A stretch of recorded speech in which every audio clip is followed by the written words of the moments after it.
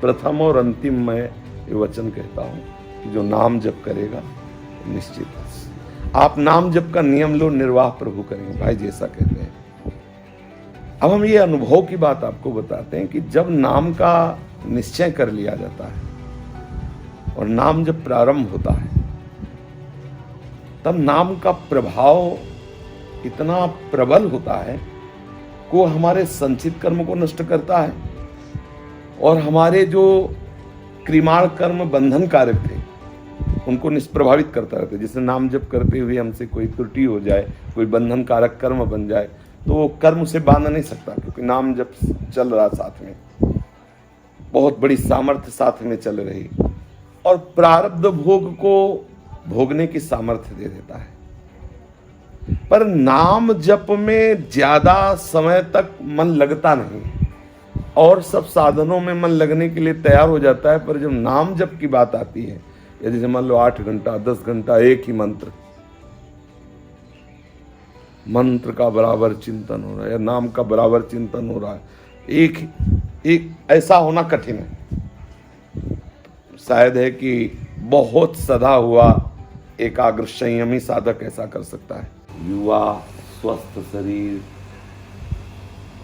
संपूर्ण भूमंडल का राज्य, मनोनुकूल नवयुवती और नाना प्रकार के भोगेश्वर का,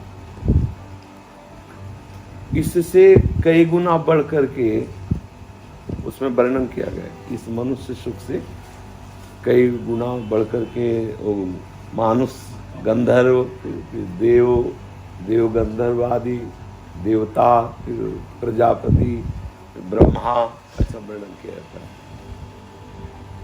लेकिन ये जितने सुख का वर्णन किया गया, इसके बाद आता है ब्रह्मानंद। ये जितने सुख का वर्णन किया गया वो सब स्वाप्निक है, समझना।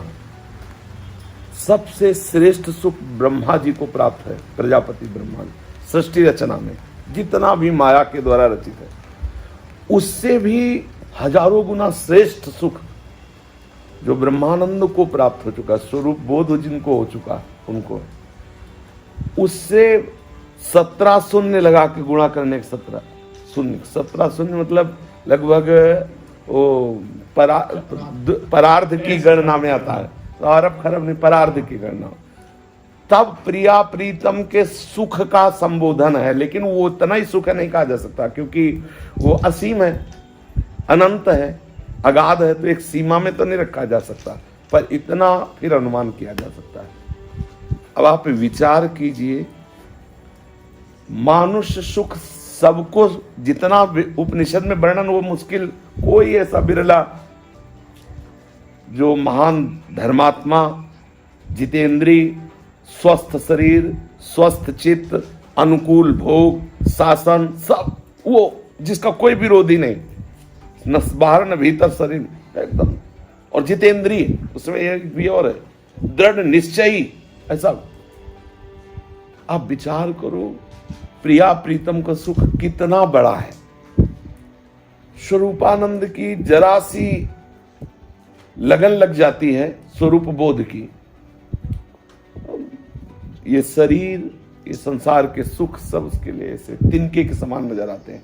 मुमुक्षता जागृत हो जाए, ब्रह्मादि के सुखों से वैराग्य हो जाता है उसे मुमुक्षता में। अभी मोक्ष नहीं प्राप्त हुआ, मुमुक्षता में। ऐसे ही भगवत प्रेम की लालसा में। अब जब हम नाम जप शुरू करते हैं, प्रधान साधना नाम ही है। किसी भी संप्रदाय के, किसी भी आचार्य महापुरुष की शरणागति लिए हुए जितने भी सिद्ध महापुरुष हुए हैं, आप सबकी जीवनी निकाल के देख लीजिए। जिसको प्राप्त हुआ है मंत्र नाम जप से ही प्राप्त हुआ। गुरु मंत्र, गुरु नाम जो श्रीमुख से गुरुदेव भगवान ने दिया, वो सब महामंत्र ही है, सब महामहिमा में है। निरंतर जप किसी भी साधना में आप देख लीजिए। अब जब हम ये श्रवण करके गुरुमुख मंत्र नाम और सत्संग में उपदेश वचन सुन करके भगवत प्राप्ति के लिए कमर कसते हैं सत्संग के बल से और नाम जप शुरू करते हैं, बहुत सुलझा हुआ साधक ज्यादा भटकता नहीं, वो सीधे नाम में कूद पड़ता। आना पड़ेगा नाम में, कोई कहीं भी चले उसे आना ही पड़ेगा। पर कोई भाग्यशाली सच्चे संतों का संग मिल गया तो उनको सीधे चोट लगी और नाम में। भाई जी महाराज का मतलब आंतरिक अनुभव है कि प्रथम और अंतिम, भाई जी ने कहा प्रथम और अंतिम मैं ये वचन कहता हूं कि जो नाम जप करेगा निश्चित आप नाम जप का नियम लो, निर्वाह प्रभु करेंगे। भाई जी ऐसा कहते हैं।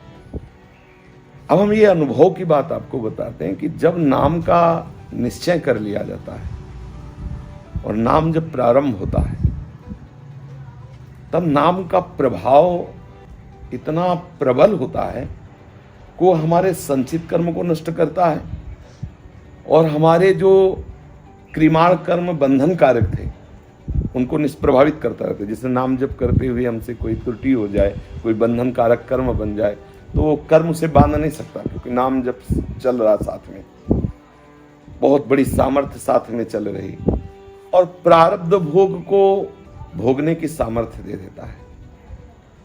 पर नाम जप में ज्यादा समय तक मन लगता नहीं और सब साधनों में मन लगने के लिए तैयार हो जाता है। पर जब नाम जप की बात आती है, या जैसे मान लो 8 घंटा 10 घंटा एक ही मंत्र का बराबर चिंतन हो रहा है या नाम का बराबर चिंतन हो रहा है, एक ऐसा होना कठिन है। शायद है कि बहुत सदा हुआ एकाग्र संयमी साधक ऐसा कर सकता है, फिर थोड़ी देर के बाद इसका फिर चलायमान स्वरूप है, ये चलने लगता है, इधर उधर टहलने लगता है। और जो कच्चा साधक होता है तो फिर उसकी अरुचि भी हो जाती है नाम में, वो रख देता है कि अब मन ही नहीं लग रहा तो क्या करें। यही अगर साधक मन लगे या ना लगे नाम बढ़ाता चला जाए तो नाम उसके सारे अशुभों को नष्ट कर देगा। पर उसमें सावधानी ये रखनी है कि नए संस्कार, पुराने तो मिटते, अब नए जो संस्कार हैं, नए जो हमारे कर्म बन रहे हैं, उनमें शास्त्र विरुद्ध कर्म होना किसी भी स्थिति में यदि आप नहीं संभाल पा रहे तो नाम ना छूटने पावे, ये बात है। अब इसमें बहुत कड़ी बात है कि आपको गंदी प्रेरणा हो रही, मन गंदी क्रिया में उतारने जा रहा है और आप नाम नहीं छोड़, अगर नाम नहीं छोड़े तो आपका अनवरत भजन चल रहा है, वो संस्कार अंदर टिकने नहीं देगा और आप आगे बढ़ते चले जाएं। पर होता क्या, ये अरुचि पैदा कर देता है, नीरसता पैदा कर, विषय सरस लगा ना कोई भी विषय तो वो भजन में नीरसता पैदा करता, तभी वो सरस लगेगा। अगर भजन चल रहा तो अनुभव की बात कहते हैं, बड़े से बड़ा विषय आपको रस नहीं दे सकता, क्योंकि रस नहीं है। जैसे अपने हाथ में प्रकाश देने वाला हो, दीपक हो, टार्च हो, तो रस्सी भय नहीं दे सकती सर्प का। ऐसे ही जो नाना प्रकार की भोग सामग्री, यदि नाम चल रहा है, वास्तविक विवेक आपके हृदय में अरुचि रही, अगर कहीं कुसंग वसात बला तो स्वीकार भी करे तो जलन होगी जब नाम चल रहा है, और उसे तनिक भी सुख नहीं लगेगा और जड़ से उस क्रिया की, उस पाप की प्रवृत्ति का नाश हो जाएगा, जड़ से। पर बस ये है कि नाम को पकड़ने में बहुत मेहनत की बात है। नाम मतलब बहुत बड़ी सिद्धि है, जिसे हम बोल रहे राधा राधा राधा, कृष्ण कृष्ण कृष्ण।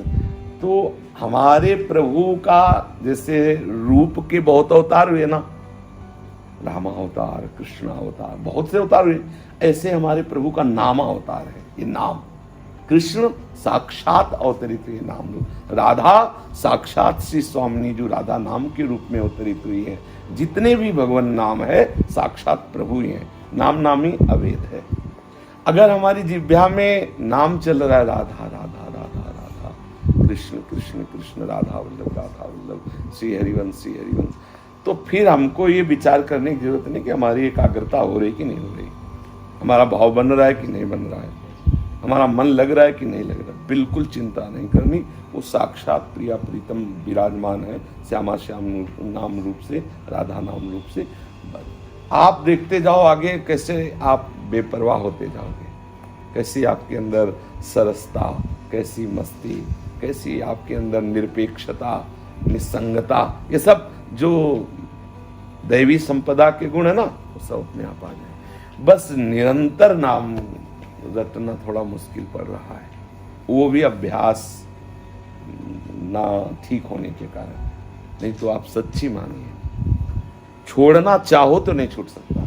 छोड़ना चाहे मतलब कि अब हम नहीं जपना चाहते, मान लो ऐसा करिए, तो जिसे हम श्वास नहीं लेंगे तो मर जाएंगे, ऐसे ही वो भजन छूटेगा नहीं, वो रम जाता है। अब ऐसे साधक को किस साधन में फिर रुचि लगेगी, किस क्रिया में रुचि लगेगी, कौन सा भोग उसे आकर्षित कर सकता है। पर ये बस बात है कि उसके रोकने के लिए आएंगे बहुत कुछ। कहो बगल वाला इस जो आपके समीप रह रहा है वही आपका द्वेषी हो जाए,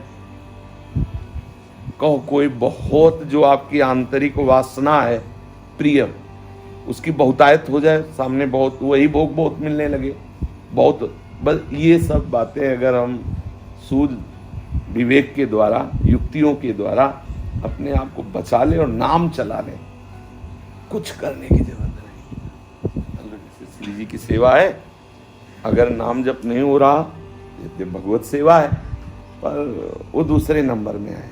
हमारी जैसी धारणा बनी है शुरू से महापुरुषों के, पूज्यपाद श्री उड़िया बाबा जी महाराज, पूज्य श्री भाई जी महाराज और भी बड़े भगवत प्रेमी महात्माओं का गंगा किनारे जो दर्शन स्पर्श संभाषण हुआ, उससे एक हमने संत देखे सैनपुर में, वो जैसे बच्चा नहीं ऐसे पढ़ता, ऐसे पड़े रहते, प्रायः आए थे कहीं बाहर से। विचार किया कि वृद्ध शरीर इसलिए होगा, लेकिन अंदर नई अवस्था में अंदर एक जिज्ञासा रहती थी। कोई पद्मासन में बैठा है तो हमें बात जरूर करना चाहिए, इतने देर बाद उठे कोई मतलब संत महात्मा, उससे हमें लगता था कि इनकी भावना, इनकी धारणा मतलब देख। तो एक दिन उनके समीप गए, धीरे धीरे ऐसे चरण दबाने लगे, ना ना ना ऐसे। महाराज जी हमारे अंदर एक प्रश्न उठ रहा है, क्या आप शरीर अस्वस्थता के वृद्धावस्था के कारण पड़े रहते हैं? उन्होंने हमें कोई अस्वस्थता नहीं, भगवान हमने जब देखा तब आप ऐसे ही, जैसे वो ऐसे नहीं करवट लेके ऐसे ऐसे पड़े रहते हैं, जैसे सिकुड़े से ऐसे। तो उन्होंने कहा कि पंजाब में कहीं किसी आश्रम में गए होंगे, तो वहां उन्होंने किसी सिद्ध संत के दर्शन किए होंगे, तो उनको देखा कि वो सदैव कभी दीवाल का आश्रय ले, वृद्ध थे, नाम हो गए। तो उनसे जब वार्ता हुई तो उन्होंने कहा जीवन में हमने केवल नानक नाम जहाज है, चढ़े सो उतरे पार, नाम रूपी जहाज में चढ़ गए। बोले बस उनसे हमारी लगन लग गई कि अब हमें निरंतर नाम जप करना है। अब बोले बराबर हम पद्मासन आदि में बैठ नहीं सकते, ये आसन हमें बहुत सुखद लगा, इसलिए हर समय बस जब देखो तो आपको ऐसे ही बोलेंगे, शांत से ऐसे किए। और हमारे भी लगन लगी कि आप सब एक तरफ करो, पहले निरंतरता की तरफ बढ़ो, निरंतर बस चलना चाहिए।